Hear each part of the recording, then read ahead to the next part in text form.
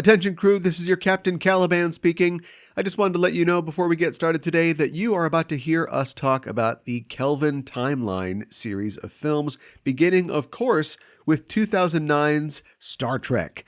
I have a great guest on the show today, a longtime guest, frequent guest on the show, Alan Gratz. I really enjoyed talking with him, and we had a lot to say about this show, so much so that it actually fits into two separate episodes. So what you're hearing today is the first half of our talk about Star Trek 2009. It runs about an hour. The second hour of our talk will be out next week. It's a great discussion, and I think Alan had a lot of great insights about the film, and I really enjoyed talking with him, as I always do. So I hope you enjoyed the first half of my talk with Alan. Catch the second half next week, and then onward to Into Darkness and beyond. And with that, let's get underway.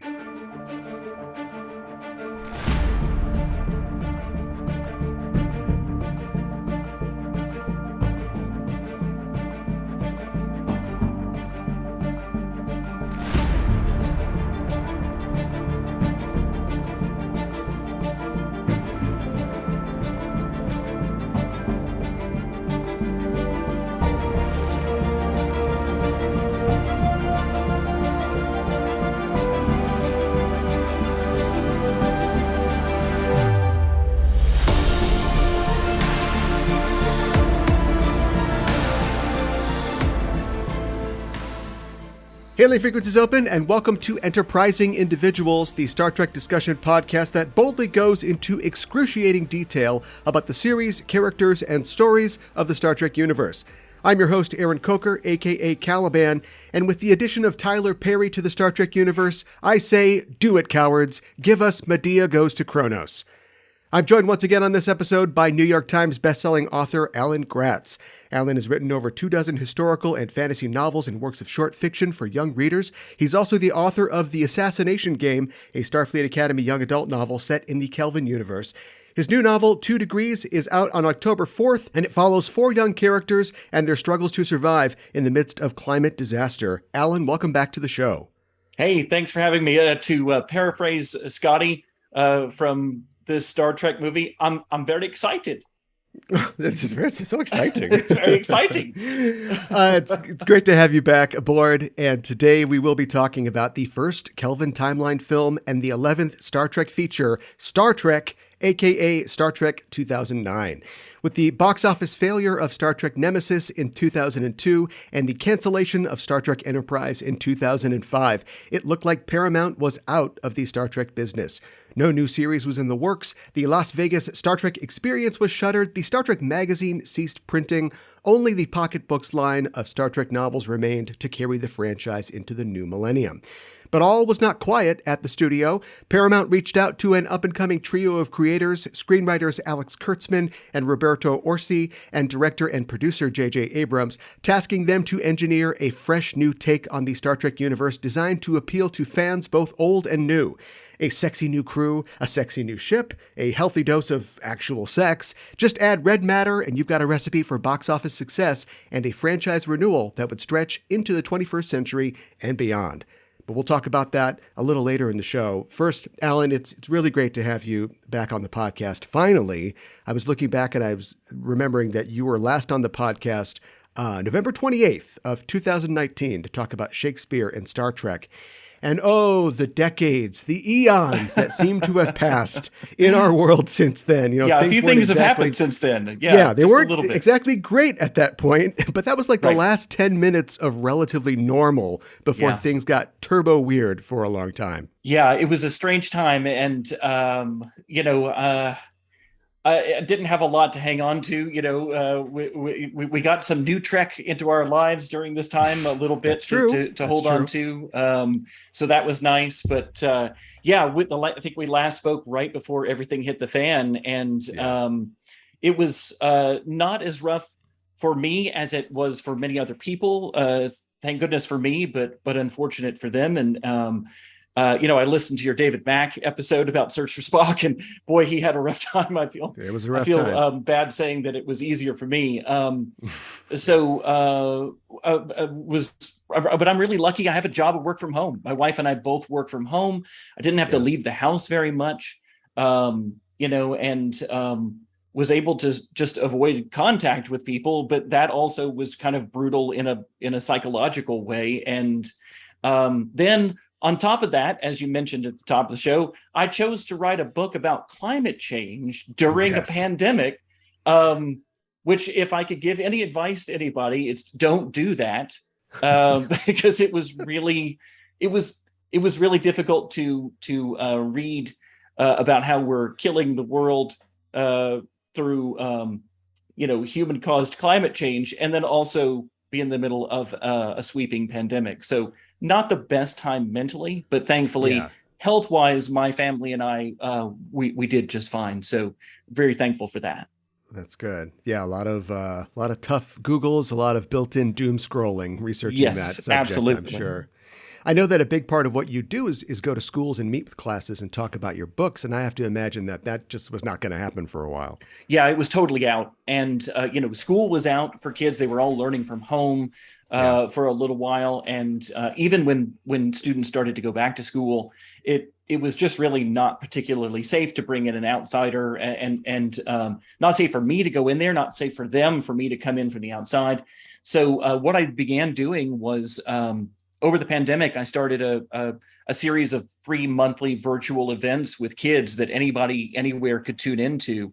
And that went over really well because it was an extra way. Everybody was already saddled to their computers. So it was an extra way for teachers to have an hour where I did the teaching and talking, and kids could ask me questions. And that's something that I've continued to do even as we have started to come out of the pandemic. I won't say we're done with the pandemic, certainly, but as things have lightened up a little bit, I still do that, even though kids are back in school. And I'm getting ready to go and do my very first in-person event, a book festival that's all outside, but in Winston-Salem this weekend. And I'm excited and nervous both about that, because I, for 2 years, have kind of been teaching myself to not be around people and to be okay with that. And now I have to get used to that again. So I've tried to find ways to continue to connect with students as best I can online, and am going to be trying to find ways to reconnect with real people very soon. Yeah, that's good. The world is no stranger to crisis these days, and our ongoing climate crisis is particularly troubling. Is that why you chose to write 2 Degrees? Yeah, students and teachers have been asking me a long time for a book about climate change. I've written about other topics that were difficult they're like big topics. I'd written about the refugee crisis. I'd written about 9/11. I'd written about war, and I guess I'm becoming known for tackling big, heavy topics for middle school students. And so a lot of people were like, when are you going to write a book about climate change? And I was like, well, I hadn't planned on it. I'm very interested. I'm very worried about it. I've read books and watched stuff and like you said, doom scrolled about it even before I was writing a book about it. And then the challenge was, how do you take something that's happened slowly over a period of time? If we just take the human caused part of it, the massive part that from the 1800s on, from the Industrial Revolution on, if we just look at that, that's still 200 years. It's still a long time to put into a book. Like, do I tell a story that's set in the past, and then in the present, do I try to tell a story that's set in the future, where we see an Earth ravaged by climate change? We've seen stories like that in the past. Ultimately, I decided to write a story that was set right now in the present, and to talk about the past and talk about what the future could be. But we're dealing with so many climate change problems right now that it seemed like I didn't have to make anything up in the future, and I didn't have to go back looking for the origins of it. We've got a crisis right now, and kids are living through it. We've got flooding, we've got wildfires, we've got sea level rise and melting ice caps and glaciers, and heat waves and droughts and food scarcity. Listen, don't get me started. I could turn this into a downer podcast for an hour. But so we've got all these things that are affecting kids right now, and that's really what I wanted to show, was the way that young people are being affected in the moment, and then try to offer some hope and options for the future at the end of it.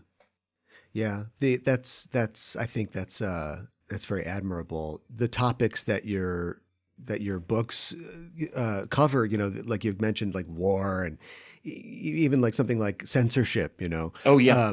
They're hard to conceptualize, I would imagine. Hopefully they are not experienced by the people that are reading your books. But when I think about the inklings of the ideas of the threat of climate change from when I was young, when people were first starting to talk about it, and seemed remote but literally dreadful. I can't even get into the head of a kid who's trying to think about it and understand it now. And whether it is something that they'll need to understand or if it'll just be their new reality. I think that's the case. I think it really is the reality for a lot of kids. And that's why I wanted to talk a little bit about its origins. But in a way, the origins are moot. It's here. It's happening. And the kids have to deal with it. And so I do, I always want to put something into context. When I talked about 9/11, for example, I wanted to say how we got to that point. When I talked about the war in Afghanistan, I wanted to talk about 9/11 and how we got to the war in Afghanistan. So I always want to show kids how we got to where we are. But to a certain degree, that's as much history as the American Revolution, as far as they're concerned. Like it's in the distant past, and what they have to deal with is what's going on right now. And that was part of the reason to set it in the present with the multiple storylines to show the breadth and depth of the problem right now. You mentioned when we were kids and how there was this talk about climate change is happening and it's going to make things worse when we're older. Well, we're older and it's happened. And, I mean, like the first Earth Day was 2 years before I was born. And like that birth in the 70s of the environmental movement in the United States and starting to talk about climate change. I mean, scientists knew about it long before that, but popularly, it really started to be talked about in the 70s and into the 80s. And I think now I'm 50 years old, and I think now about how we started talking about it then, and we really haven't done enough to stop it or to fix it. And I'm 50 years old. If we wait till these kids are 50 years old, it's way too late by then. And so like, that's the big reason for writing this is I hope that by continuing to raise awareness for this and to talk about it now, we can make sure that we don't sleep on this for another 50 years. Yeah. I like the fact that your books can be not only thrilling, but also be informative for their readers. I like the idea of you as a socially conscious Irwin Allen. Thanks. I appreciate it. I like to joke that I put the Scholastic back in Scholastic books. Yeah, there you go. So I definitely do want to. My first goal is always to entertain kids. I want to write a book they can't put down, but I also want to write a book that they think about, and that I don't have all the answers. Gosh, if I did, I'd be running for office, or I don't know what, trying to actually, enact these changes. I bring up a lot of questions. I offer a lot of possible solutions. I don't know which one is the right solution, but more often than not, my main goal with kids is to say, look at this problem and what are we collectively as human beings going to do about this? How can we fix this? What can you do to help fix this? And so, I've really turned that into kind of my little niche on the shelf, books that are thrilling, I hope, and that you can't put down and can't stop reading, but also that have a social element too, and ask kids to think about the world they live in. When I was in middle school, I was totally oblivious. I mean, I was, I was just, I was, watching old TOS episodes and Doctor Who, and I was role playing, was playing Boot Hill or D&D and, in my lunch period. And I was totally oblivious to what was going on in the world. But today, I think middle schoolers, they still do all that fun stuff, but they're also much more socially engaged and much more locked into what's going on because the world is coming at them in ways. I mean, these are kids who've been going through active shooter drills since they were in kindergarten, right? I mean, these are kids who've been marching in Black Lives Matter protests. These are kids who are dealing with the world. They see the problems in the world and they're taking them on. They're having to deal with them as kids in a way that I didn't, or at least I was lucky enough not to. And I think that's changing, and I hope my books are there as a resource for those kids who see the problems in the world and want more information about it, and want to learn more and think more about those things. Yeah. Well, good luck with 2 Degrees. It looks like it's going to be an exciting and a poignant book as well. But it's not the only book that you've got in the works. You've got another book, a funny book from Marvel and Scholastic coming out in May of next year, Captain America, The Ghost Army. And I'm not sure who's more excited about this, Captain America fans or you? Well, I hope that Captain America fans are pretty excited about this, because I am. If they're as excited as I am, then we've got a lot of excitement, because this was a bucket list thing for me, much like writing a Star Trek novel, which you also mentioned, and we'll talk about because it's set in the Kelvin universe. But a big bucket list thing for me was writing a comic book, specifically a superhero comic. I love superhero comics. I have since I was a kid. And when I found out that Scholastic was partnering with Marvel to do middle grade superhero comics, graphic novels, I immediately contacted my agent. And I'm like, hey, what have I got to do to get this gig? Right. Like, I mean, like this is the 2 parts of my life crashing together. It's the chocolate and the peanut butter coming together. And so they're all books that are meant for middle schoolers. And so they focus on the younger characters in the Marvel universe, Ms. Marvel, Miles Morales, Shuri from Black Panther. And so I was looking at these books that they were doing, and I thought, well, what can I do that fits into what I already do as a writer for middle grade, but also feeds my love of these characters? Like, which of all these wonderful characters could I pitch them? And I was like, well, I write a lot of books about World War II. What about Captain America and Bucky in World War II fighting the Nazis? And I told my agent, like, what about this? And she was like, oh my gosh, like that's kind of like a match made in heaven. And so I wrote up a pitch. I've always sat on this idea that I wanted to use in a novel, but I could never find a way to turn it into a full novel. So during World War II, there was a U.S. Army unit called the Ghost Army. That was their nickname. Okay. And they were a bunch of creatives who were drafted into the Army and then pulled out because of their skills. They were advertising copywriters and musicians and stage magicians, sound designers. Yeah, it was a bunch of people who had a bunch of skills at art. And they put them in this group and they said, we want you to trick the enemy. We want you to convince the Nazis that we are in places that we're not. So they created like blow up tanks, fake tanks that they would inflate with air, that if you had a spy plane flying over, it would look like we had a field full of tanks. They recorded armies on the march, and they would then go through the woods with giant speakers on top of their trucks, like the Blues Brothers, broadcasting the sound of armies on the march to make the people in nearby villages and towns think that there were more people out in the woods than there were. They would they had a number of different tricks up their sleeves. They would make fake airplanes to sit out in fields. They would make fake tents, and even down to like the fake laundry and fake campsite kind of stuff, where to make it look like we had more troops in different places. It was a real army unit called the Ghost Army. I loved this. I've always wanted to work it into a book. So in mine, Captain America and Bucky, they meet up with the U.S. Ghost Army. And of course, because this is a comic book and it's a fantasy, the Nazis are resurrecting dead soldiers and turning them into a ghost army as well. So the real Ghost Army fights a comic book Ghost Army, and lots of action and ensues. I'm really, really excited about it. Marvel was amazing to work with. So I have a couple of funny stories about working with Star Trek. They were fun to work with, not as open as Marvel was, and we'll talk about that, I'm sure. But that's interesting. Yeah. But Marvel was fantastic. That right from the start, they said, we want you to make as many allusions and put in as many Easter eggs as you want. Like, as long as it's from the comics, and that was the one rule that they had. Nothing from the movies. Like, it was all comic book versions of the characters, which was cool. As a longtime comic reader, I was like, I got you, I can do that. But but so so my version of the characters is much more aligned with the comics. In the films, Bucky is the same age as Steve Rogers.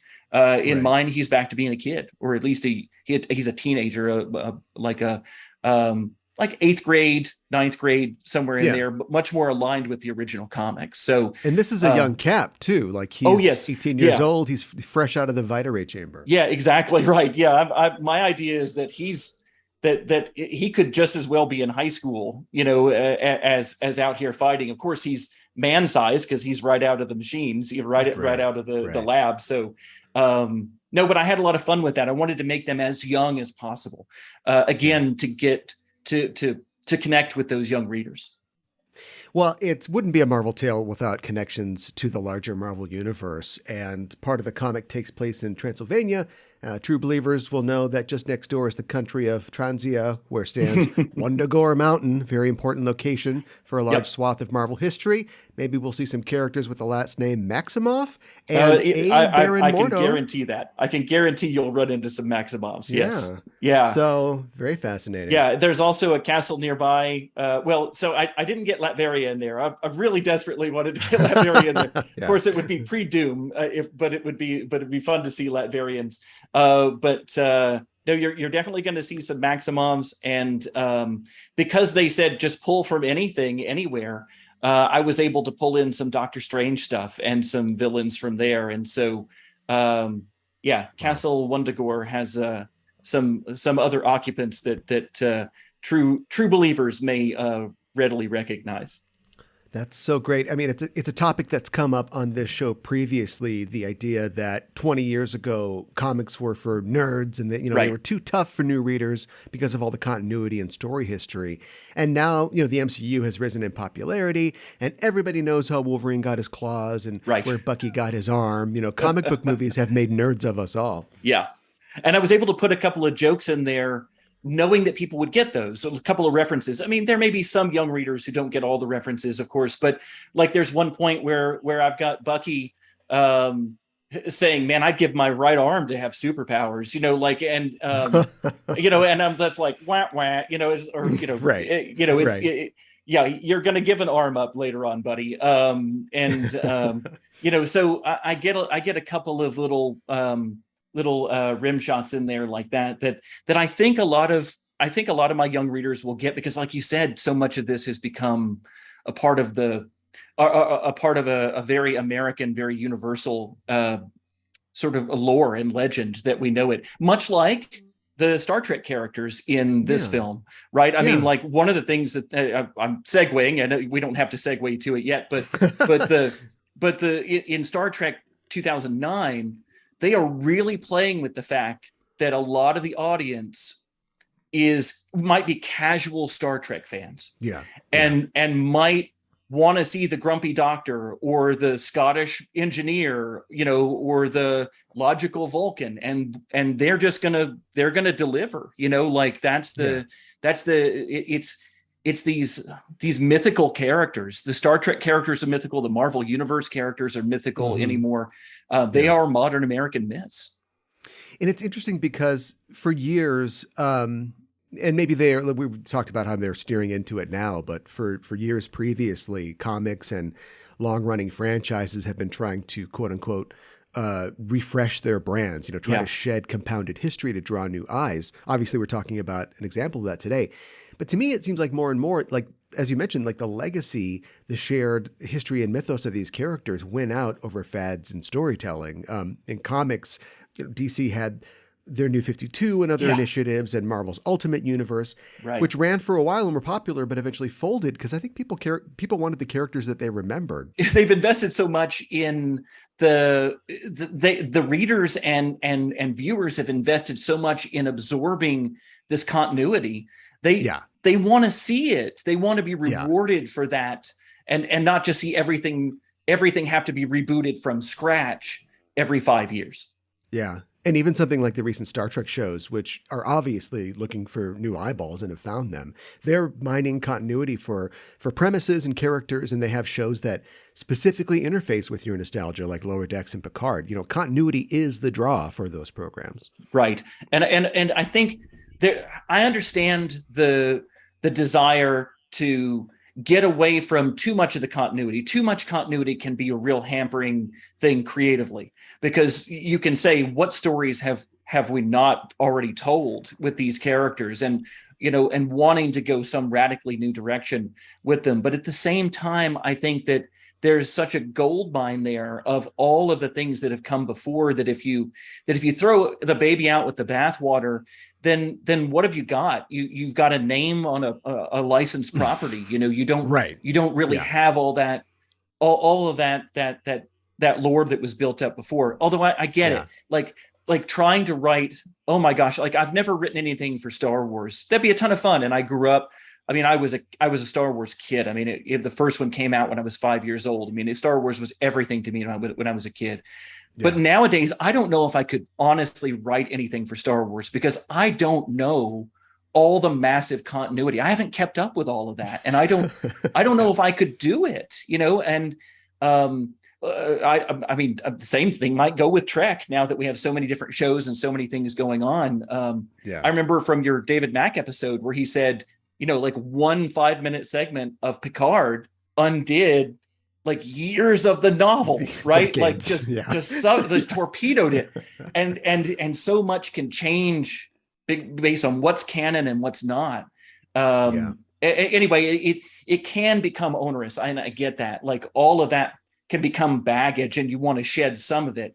Well, but as long as you're working with the same characters and the same actors, that's true. But if you create new characters, right. So, you want to keep some of it. And there's always that balance of fan service for the longtime fans, but then being able to bring in new people. A show that goes for 20 years or something, like who was tuning into Supernatural in season 15 who hadn't been there for the previous 15 years, that's true. Because at that point they're like, there's got to be 15 years of lore that I'm not in on. Why would I start that show? And that's the reason every comic book reboots every other year. We have the legacy numbering. We've got Fantastic Four #1, but it's also Fantastic Four number 677. Who's Wyatt Wingfoot? I know, right? Like, who are we fooling here? Like it all still is there, but we're trying to pretend that there's new starts every now and then.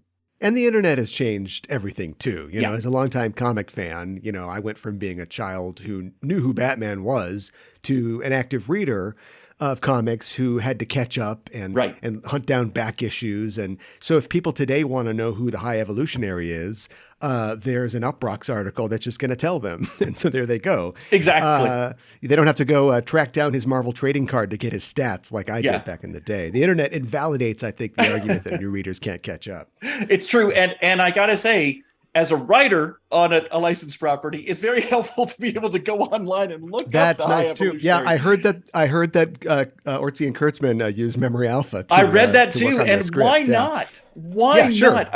When I wrote my Star Trek novel, I was using the internet because we had those resources. Memory Alpha was around then, but I also had the Star Trek encyclopedia in my house, and I had I had the books that had been published with the history of Star Trek, which of course, we needed the internet because it was just getting updated and replaced too fast to turn into books.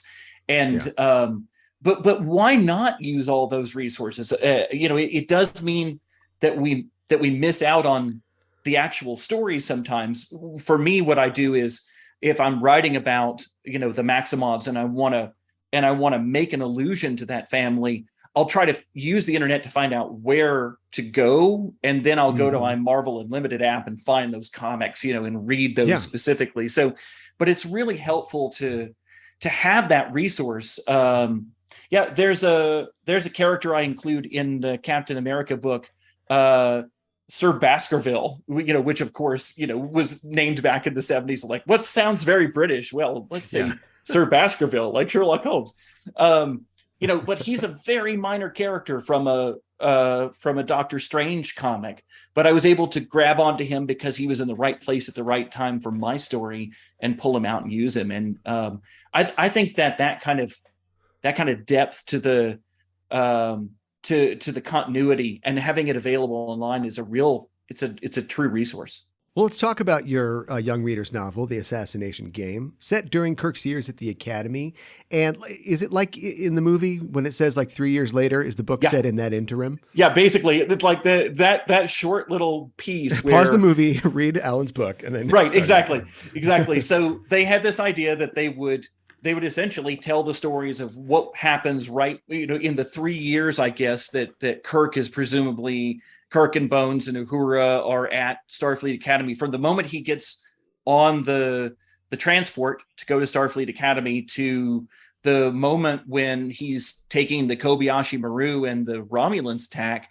There's like a 3-year gap, supposedly, and they wanted to tell stories set in that time period. So there were 2 or 3 books, I think, before mine came out, and we weren't worried about what year the students were. It was just kind of like, it's Starfleet Academy and it's the TOS crew. But there were some interesting limitations. So since we're talking about Star Trek 2009, if you'll remember, Kirk supposedly doesn't meet Spock until the scene where Spock accuses him of cheating on the Kobayashi Maru.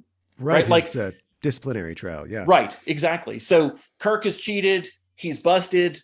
They're in front of the whole group, the auditorium, and he says, "I'd like to see my accuser." Okay, sure, whatever. And then they bring, Spock stands up, and they have this debate about the purpose of the Kobayashi Maru.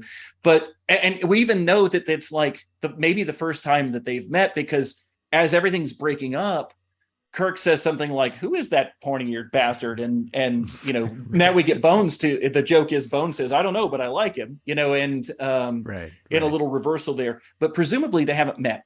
So the people who were working on the books decided that Kirk and Spock had not met at any point during the book series that I was a part of. Right. So what's the core of TOS? I mean, it's Kirk and Spock. And, and here they're telling you, like, one of your major rules is they can never share a scene together. Right. That was a challenge. So interesting limitation. Yeah. So I have Bones and Kirk running around doing stuff, and I have Spock and Uhura running around doing stuff. Clearly they have a relationship already, as we learned in the film. Talk about sexy times. And but I was able to pull in Sulu. Like, there were other characters who could bridge both groups, like Sulu could be in there and that sort of thing. So the one of the funniest notes I got, I turned in the book. I'm very careful to never have Kirk and Spock in a scene together. In fact, one time I had Kirk passing Spock in a hallway and turning around and saying, "Who is that?" And Bones is like, "I don't know. Don't worry about it." And they even had me cut that, right? Like they didn't want them to share any time on the page together. So I'm like, okay. And I changed that and I turned it in again. And one of the funniest notes I got later in the process was, "We know you can't put Spock and Kirk in a scene together, but can we see a little bit more of the teamwork between them?" and I was like, you do understand the definition of the word teamwork, right? Yeah, like, right. They need to come together to be a team. They're both going to give to the March of Dimes or something? I don't know what, it was such a strange note. And I'm like, well, I'll do what I can, so I basically have them, I think I have them say something like, "Somebody else out there is working on the same problem. Whoever it is, thank you."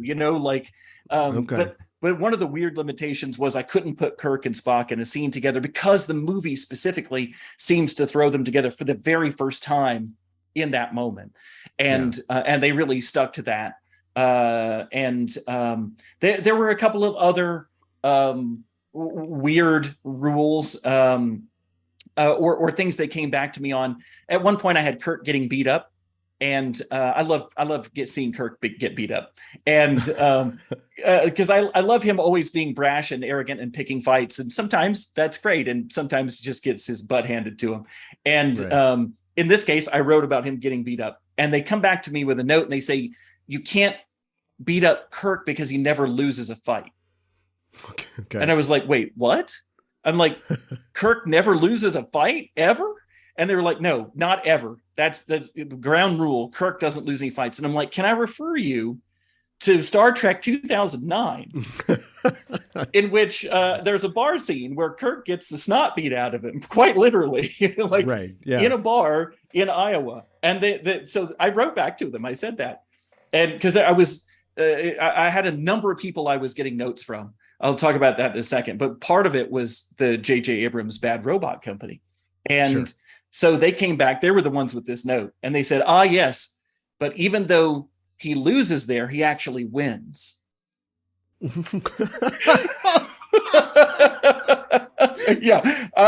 you can figure that one out. So I listen, I went into this project thinking I get to write a Star Trek novel. That's awesome. Longtime Trek fan, obviously. So I was like stoked to do this. And I said, it's their sandbox. I just get to play in it, right? So there's no hill I'm going to die on for this book, right? I'm not going to, if they tell me to do X, I'm going to do X, right? Okay. So they said he has to win the fight. I said, well, I still want him to get beat up, and I don't think he has to like win the physical fight to win, especially since their example was apparently he succeeded in getting beat up in the bar. I don't know what that's about, but that's what he wanted. So at the end, I have him try to get a piece of information out of somebody, and as he's getting beat up, the person reveals the information. Okay. And so at the end, he's beat up, and he's down, but he's like, but I got the piece of information out of him that I needed. Sure. Even though he loses, he wins. I can see Shatner's Kirk doing that. I cannot. Yeah, not quite. So one of the things I do love is that they have they have these young characters fail. They have them make mistakes in the 2009 movie. And I like that because we see all the skills that are going to make them the heroes that we know and love from the original series. But we also see them, Sulu forgetting the parking brake, and Scotty, beaming Kirk and Spock into what is clearly not an empty cargo room on board the Narada. There's a whole bunch, and they play it for laughs, but it also points to the rookie nature of these characters, that they haven't been out there for 3 years on a 5-year mission. They're pretty much fresh out of school, most of them. And anyway, so I played with that in my book as well, that they are not quite the experienced suave people that we know them to be in the TV show and movies. But yeah, then the notes I got back from, so I had a number of different people that I had to show the book to every time. So I had editors at Simon and Schuster, and then I had the folks at CBS Paramount, who still, of course, are like the keepers of everything Trek. And then I had my editors at Scholastic. Or no, sorry, not at Scholastic, because this was Simon Schuster. I had the JJ Abrams folks though at Bad Robot. I would get emails in that had comments in 3 different colors, where it was like blue for CBS Paramount, red for Bad Robot, black for the Simon and Schuster, and had to find a way to combine all of these disparate notes into one book. It was a challenge, but one that I was happy to do, because again, it was a bucket list thing for me. So one of the other things they told me right from the start, I sent them in a pitch that had the Klingons in it, and they said you can't use the Klingons because they had not introduced the Klingons in the films yet. And as you and I may talk about, they were going to in Star Trek 2009, but they cut all those scenes. And so they didn't want me to introduce the Kelvinverse Klingons before they'd had a chance to in film, because at that point we didn't even know if they were going to have forehead ridges or not. Were they going to be the mutated Klingons or the TOS Klingons? The augmented, I guess is what I should. The augment virus and that sort of thing. So they hadn't made those choices at that point, and they didn't want me to make those in the books. Not that the books have ever been considered canon, really, but that was just something they told me. Although this is one of the first times that I think some book content was made canon in this film. I know that it doesn't like the new Star Trek novels for some of the new series like Discovery. Authors are running into similar problems, but I don't think they're answering to 3 masters the way that you were, which is, that's the job. You wanted the job, you took the job, but having to work under those kind of creative confinements is just, oh boy. It was pretty wild. And, but I found my way around it, and I still had a ton of fun writing it. And one of the things that I really enjoyed about Kelvinverse movie, the first one, that I tried to carry through into the book was, it's not just a reboot, it's a remix. And so they play around with having, the first time somebody says, pointy-eared bastard, it's Kirk, not Spock, not Bones. And or maybe, I think in the next film where they play with the Wrath of Khan stuff, and it's not Spock who's trapped in there. It's Spock's on the outside, not the inside this time. And they reverse some of that stuff. They take they take things that we're very familiar with from the legends, from the shows and from the movies, and they can tweak them a little bit. They turn them on their ear. So in Starfleet Academy, the assassination game, I have a scene where Kirk gets into trouble and is put in a lineup, and an admiral is dressing them down, and he is the Scotty character getting dressed down by Kirk. In I guess that's the Trouble with Tribbles episode. Yeah. And I got to have a lot of fun actually putting some of the same dialogue in there, but in a different way, because I liked this idea that we could just take it and like some sort of rap remix, take sample stuff from before and remix it and have a little winking fun with people who are familiar with the classics. So that's one of the things I enjoy about this film, and it's one of the things I had fun with doing in the book. Do you remember the first time that you saw the film? I saw it in the theater. I do remember. I don't remember it was obviously 2009 when I saw it. I don't remember the exact theater, but I do remember watching it in the theater, because I remember very clearly when Bones gives that amazing speech, when Karl Urban first shows up as Bones on the shuttlecraft. Yeah. And he gives that, which is one of the best sequences in the whole film, I think. And he talks about the dangers of space. That sequence got such a response from the audience. And I remember laughing out loud at it. And I remember the audience just roaring at that. And I feel like I think the first 5 minutes or 10 minutes or whatever of this film are really engaging, and we'll talk about that too. But that moment on the shuttle, when he comes in and he delivers that performance as Bones, that I think they had everybody in the theater. I think they had the casual fans, the people who'd never seen Star Trek, who could just laugh at a funny line. And I think they had the people who were like, okay, that's the spirit of Bones right there. That's not an impersonation of DeForest Kelley. That's good. Right. And that's probably a really smart decision on the part of the filmmakers. But it's not an impersonation, but that's the spirit of that character. And I'm with you. And I remember very clearly being in the theater and the impact of that sequence in particular. Well, let's talk about the technical details of the film really quick here. We are talking about the first of the Kelvin Timeline films. It first came out on May 8th of 2009, written by Roberto Orci and Alex Kurtzman. It was directed by JJ Abrams and produced by JJ Abrams and Damon Lindelof. The in-universe date, or the star date, and I should note that the star dates from the alternate timeline are an alternate reckoning of time than the Prime Universe star dates. And basically, they're easy. It's just the year with a decimal after it. So the movie takes place from star date 2233.04 to 2258.42, where the main action of the film happens. It had a budget of $150 million, compared to Insurrection had a budget of $70 million. Nemesis had a budget of 60, so they definitely went all in on this one. Wow. And it paid off, because it is the most successful Star Trek film ever made, having made a total of $257 million domestically, $385 million worldwide, and it had a $75 million opening and was number one when it opened. And that is, like I said, number one, far above Star Trek Into Darkness and Star Trek Beyond, the number 2 and number 3 on the all-time grossing scale.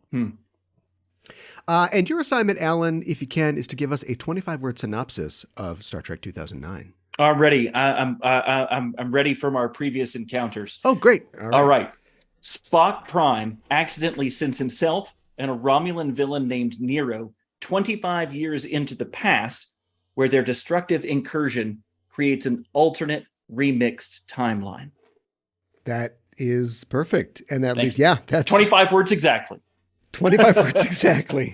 And doesn't get into any particulars, but leaves you wanting a lot more. Perfect. Right. And there's a whole lot of particulars and a whole lot. Oh, yeah, there's a lot. There's a whole lot of stuff that doesn't make any sense. That'll come out in the wash. That's particular. Yeah. But that's the gist of it. It was also successful critically. It's the #1 Star Trek film on Rotten Tomatoes in rating. It is 94% fresh. It sits atop First Contact at 92, and at number 2. The Wrath of Khan at number 3 with an 86 rating. It's tied with Beyond at 86, and number 5 is Into Darkness with 84. So all of the Abrams films are in the top 5. On a scale of, 1 to 13 on your personal list, where would you place it? Oh man, that's a good question. I wasn't ready for. I still think Wrath of Khan is maybe my favorite one to rewatch. And that's an easy one, and I know that's kind of a cheat because it's easy. I still do love Voyage Home. I like that one a lot. And I had pitched to be the person to talk to you about Search for Spock, because I really love Search for Spock. I think it's one of those, and I was glad to hear you and David talk about how it's often lumped in with the odd ones that didn't do so well. And that it maybe is an exception to that rule. This one, of course, is an odd one. It's number 11 technically, I think, right? And so dare I say top 5? I would say top 5 for me. Maybe third or fourth. And I know that's sacrilege to some people, because I know there are some diehard Trek fans who just never really got behind the Kelvin universe. And I get that. But for me, I just think it's a blast. Yeah. Well, I mean, certainly for 94% of critics would agree with you. Right.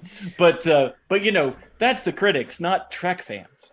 Yeah, it's interesting that this movie sort of reverses the curse as far as the odd number curse goes. And it all depends on what you think of as a success being, because all 3 Abrams films are, at the top of the scale in terms of both their revenue and really in the ratings department. Right. Although 2009 is looked back on generally fondly, Inner Darkness was really well received when it first came out, and I'll be talking about this with my next guest, but has really plummeted in people's estimation, and everybody seems to like Beyond, but it didn't make a lot of money. Right. Yeah, I'll be really interested to hear your next one about Into Darkness.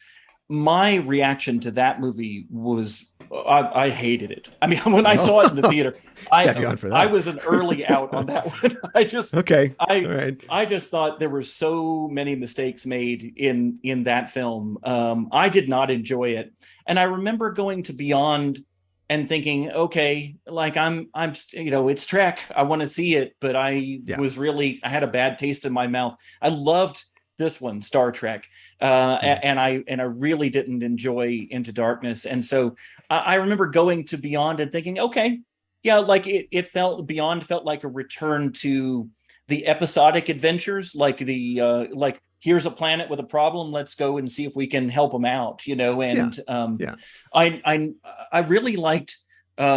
Was when you talked about the motion picture, was it Pete the Retailer? Is that the guy's name? Who talked about the motion picture with you? I liked his comment that of all of the films that he felt like the motion picture, the original one, was maybe the most like the show, like the most Trek in terms of its spirit of going out there, finding a problem, investigating it, and then kind of reasoning it out. And there's no shooting. There's no, hiding in a nebula from Khan. I mean, there's, it's, that's true. It's a lot of exploration. It's a lot of investigation. And, this movie, Star Trek 2009, has the benefit of having the rush of introducing a bunch of rebooted characters. And so it's the origin story all over again. Then Into Darkness felt like it was trying to be Wrath of Khan and really missing. And then I feel like with Beyond, they were like, we don't know what we're doing now. Let's just do a Star Trek adventure. And that's maybe why it feels sort of much more successful than the second of the new Abrams movies. Yeah. I have a completely different podcast where we talk about the Rotten Tomatoes ratings of films. But what would you say? What would you say is behind the across the board solid response to this film and the subsequent films? Yeah, I think the casting is phenomenal, and I think that the core cast is A plus. I mean, the people that they cast as the main characters for the bridge crew, fantastic. And then you get into secondary characters, even people like Bruce Greenwood as Pike. I think really strong. Tyler Perry, we can talk about that. Well, he does a fine job. It's just I can't see him and not think about Tyler Perry's Medea. Sometimes they're actors and you see them and they can be, they're famous, but you see them as the role. And then there are other actors and you never can see them as anything but the actor. And for me, that's that kind of situation. But I think that one of the reasons this is so critically beloved is that the actors in it do such an amazing job. They throw themselves into it. They are all in on breathing new life into the Trek universe. We also get really pacey stories. And one of the things that the older Treks, some of the ones that are more critically liked, like Wrath of Khan or like First Contact, were more action movies. And you and Pete talked about this, how that really got away from really what Trek was in many ways. But when you go to see a movie in the summer, or, I guess this one came out in May, but if you go see it for a holiday weekend or a summer movie, you're looking for kind of a blockbuster. You want the story to be big. You want it to be action packed. You want it to move quickly. Boy, this one moves at an incredible clip all the way through and barely slows down. So I think it brings the spectacle, and I think that the interplay between the characters and the actors who pull that off is what really make these shine. Yeah, there may be an element of having the bad taste of Nemesis being washed away for longtime fans, but also just seeing Trek get an actual blockbuster budget and improve visuals. I think for people who aren't necessarily fully on board for a long motion picture-esque type of Trek film where it's an episode, I think they see, that it stands alongside other blockbusters, the car movies or whatever, and think, okay, I'm willing to give this a chance because it's something that I recognize. Yeah, Abrams was really up front, even during the promotion of this film, about him wanting to make it more like Star Wars. And that's he admits he is a longtime Star Wars fan and really wasn't a Star Trek fan. And he's talked even in interviews that he did before the film came out, sort of disparagingly about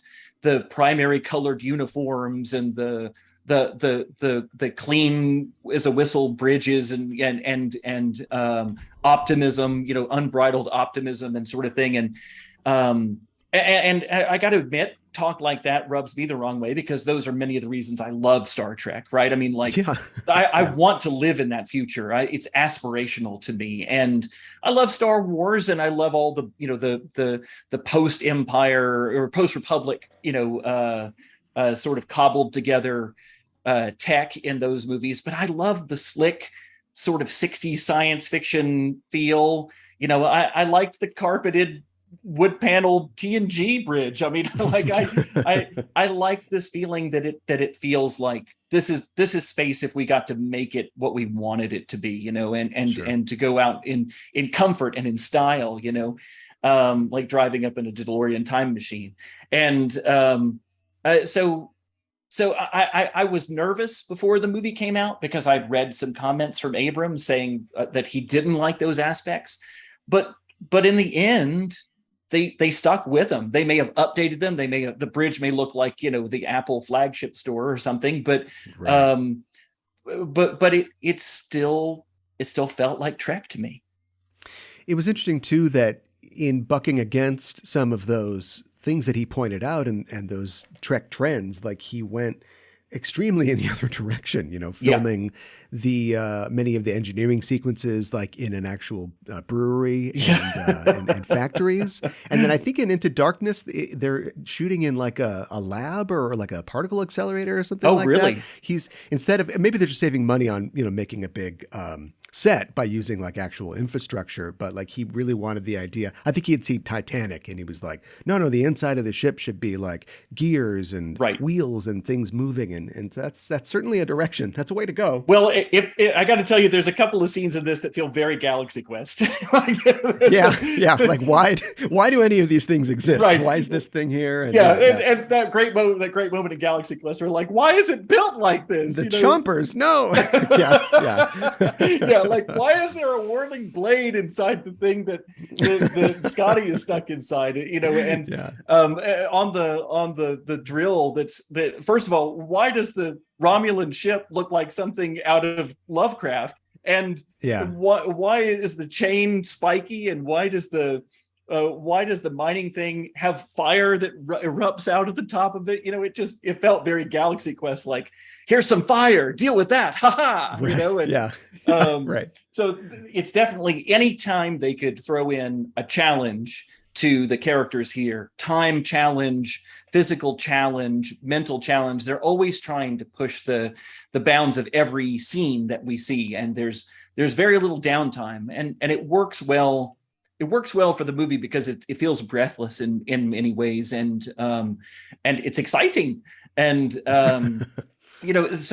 so I think there's a lot of that. I did read to your note about the brewery, like when he goes to find Uhura on the Enterprise, the first thing I said was, "What, does she work in a brewery?" Because like there's these huge vats behind her. I'm like, where is this? The linguistics department has huge vats of beer brewing. I don't understand. That's where they store all the language. Yeah. I guess so, right. The liquid language that they're going to drink. So then when I looked up the film later to prepare for this, to learn more about it, and I saw they'd actually filmed in a Budweiser factory in Van Nuys, I was like, okay, they really literally were in a brewery. Which I think is also why there's Budweiser in the future, which is a disappointing thing to find out. Brands in the future. Interesting. We'll talk a little more about some of the not sure I'm brand down with that, integrations. But you gotta make some of the movie money back, I guess, with that product placement. I guess we have Nokia Nokia getting paid off of this one. I'm surprised when they opened their communicators, it didn't give you the Nokia chime. Right.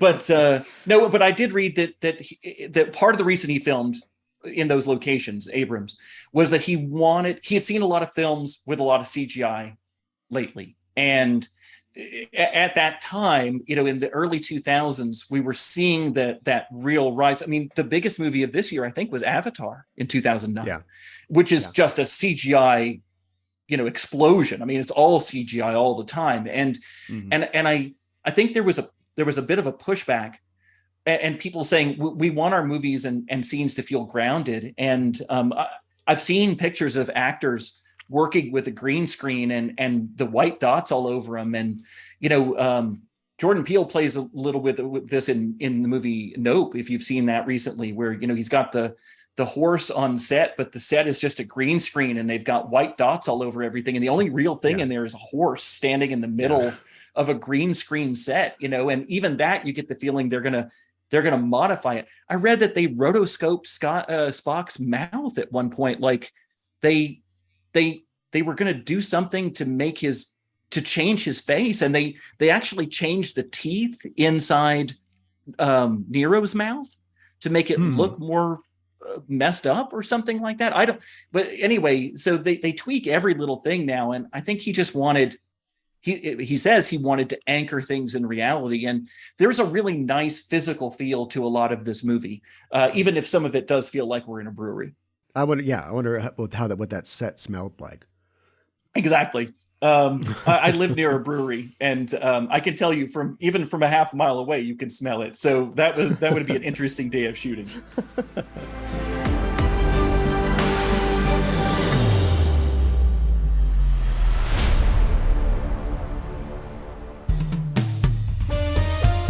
Backtracking is back for an all-new season. Hi, I'm Caliban. And I'm Gooey Fame. And we'd like to introduce you to Backtracking, the podcast that explores the real-world inspirations behind your favorite episodes of Star Trek. From historical events to classical literature to blockbuster films, we go where no pod has gone before to seek out the origins of classic Trek tales. Did you know, Gooey, that the TNG episode Too Short a Season was an allegory for the Iran-Contra affair? Yeah, only sweatier. Did you know that the Enterprise episode Regeneration was an homage to the John Carpenter film The Thing? Archer and T'Pol freezing to death over a bottle of whiskey would have been a controversial ending. As a dog lover, Archer would not like The Thing, I'm guessing. Oh my god, movie night is canceled. Join us every other Thursday for a journey back to the beginnings of the Trek universe. Backtracking is available wherever you get your podcasts. No, Porthos!